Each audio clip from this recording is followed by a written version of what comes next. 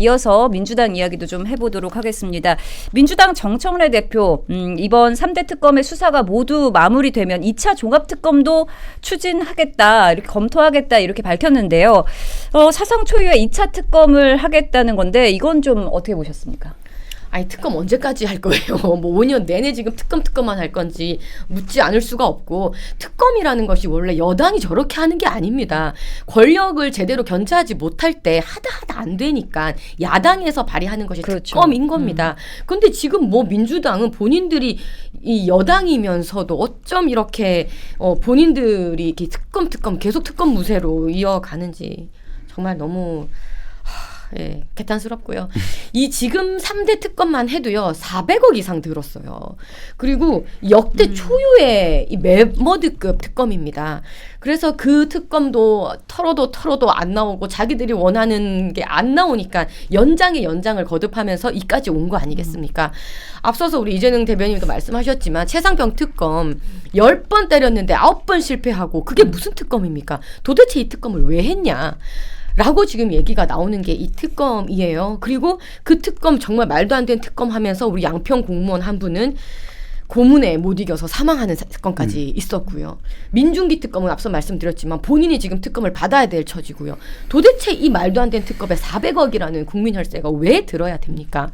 근데 이 특검이 지금 끝나가자마자 무섭게 2차 특검을 하자는 게 지금 정청래 대표의 말입니다. 도대체 어떤 머릿속에 어떤 생각이 있길래 이렇게 얘기를 하는지 정말 이해할 수가 없고, 꼭 특검, 그러니까 우리가 이 12.3이 내일이 12.3이지만요. 계엄의 직전에 있었던 민주당의 말도 안 되는 탄핵의 줄탄핵 지켜보셨었잖아요. 지금 말도 안 되는 또 특검에 이 줄특검을 하겠다고 하고 있습니다. 정말 이 국민들께서 다 지켜보고 계시다 좀 말씀드리고 싶습니다. 네, 결과를 정해놓고 특검을 계속해서 추진하는 모습 아니냐 이런 말이 나올 수밖에 없는데요. 사실 이게 내년 지방선거까지 이런 내란 전국을 끌고 가려는 거 아니냐 이런 비판의 목소리도 있습니다. 네, 특검이 지금까지 150일을 수사를 했고 계속해서 연장해 나가면서, 그리고 윤석열 전 대통령을 비롯해서 거의 대부분의 인물이 지금 기소가 되어 있는 상황입니다. 심지어는 특검이 지금 운용되는 데 있어서도 그 본 수사에는 전혀 관련이 없는 별건 수사에만 지금 의존해서 국민들을 지금 호도하고 선동하는 데만 지금 역할을 하고 있거든요. 그러니까 특검을 이렇게 연장하고 또 새로운 특검을 만든다는 것 자체가 내년 지방선거를 앞두고 계속해서 이런 마타도를 생산하고 국민의힘에 대한 어떤 불리한 어떤 여론전을, 그런 것들을 펼치겠다라는 의도가 다분히 보이는 것이고요. 지금 특검 같은 경우에 국민 여러분들 다 알고 계시지만 공수처처럼, 그리고 아까 대변인께서 말씀하셨던 것처럼 지금 특검의 임명권을 사실 대통령 그리고 민주당이 가지고 있습니다.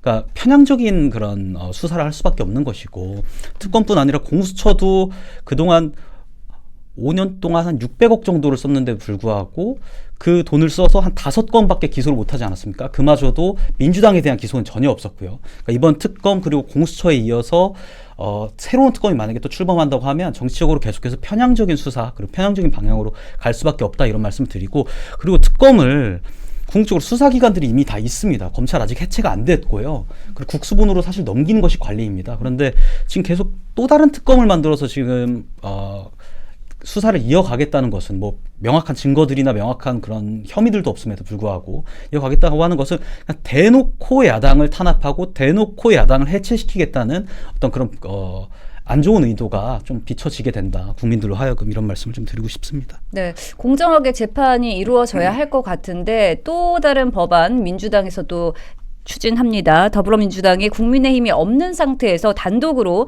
내란 전담 재판부 설치법, 이른바 내란 특별법을 처리해 버렸습니다. 내란 사건 1심과 2심의 전담 재판부와 영장 전담 판사까지 별도로 두고요. 또 진행 중인 재판도 이관할 수 있도록 한 조항까지 포함되어 있습니다. 이미 법무부도 위헌 소지가 있다라고 지적을 했는데요. 이 내란 특별법 좀 어떻게 보십니까?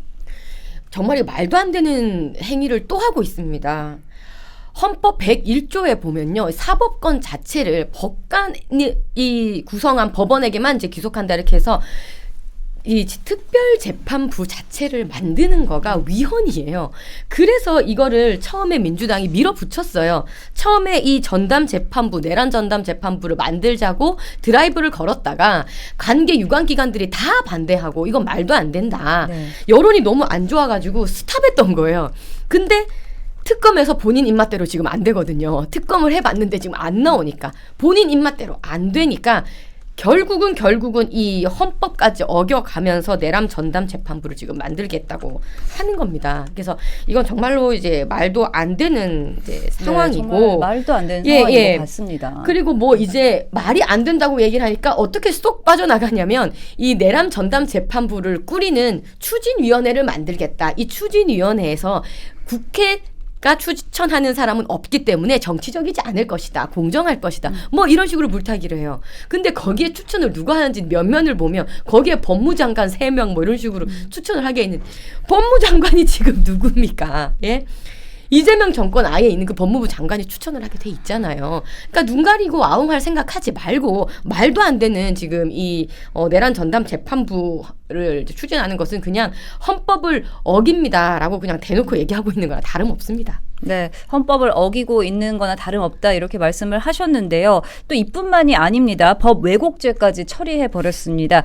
거기에다가 오늘은요. 사법개혁 TF에서 전현희 TF 단장이 법원 행정처 폐지, 대법관 정관 예우 근절 등의 사법개혁안도 발표했습니다. 정말 너무 정신없이 몰아치는 것 같은데 이 장면 좀 어떻게 보셨나요? 네, 그러니까 뭐 법 왜곡죄, 그러니까 사법부의 내란 특별재판부를 만들어서 법관들을 임명해서 본인들이 원하는 결과를 만들겠다는 것뿐 아니라 그것도 모자라서 지금 새로운 법까지 만들어서 다른 그 판사라든지 아니면 검찰이 법을 본인들이 원하는 대로 해석하지 않으면 처벌하겠다. 사실 이런 취지의 그 법이거든요. 그러니까 저는 기본적으로 이 특검이 이런 지금 사고를 한다는 것 자체가 저는 문제가 있다 이렇게 말씀을 드리고, 내란 재판전담부에 대해서 조금만 제가 더 첨언을 드리고 싶은 것이, 지금 변협이라든지 법무부에서 판사를 뽑게 그렇게 판사를 뽑아서 재판부를 구성하는 방식을 지금 택하려고 하는 것이거든요. 그러니까 그 민주당과 정부 여당이 이미 지금 경찰 그리고 대공수사권 그리고 검찰에 대한 수사권을 모두 쥐고 있는 상황에서 재판부도 좌지우지하고 그리고 그와 관련된 법까지도 지금 좌지우지하겠다고 하는 것은 이런 발상 자체가 위헌적 요소가 매우 다분하다라는 말씀을 좀 드리고 싶습니다. 네. 그리고 아까 전에 이제 내란특별법 법사위 법안심사 1소위에서 단독 처리하지 않았습니까? 앞으로 좀 어떻게 될 거라고 보십니까?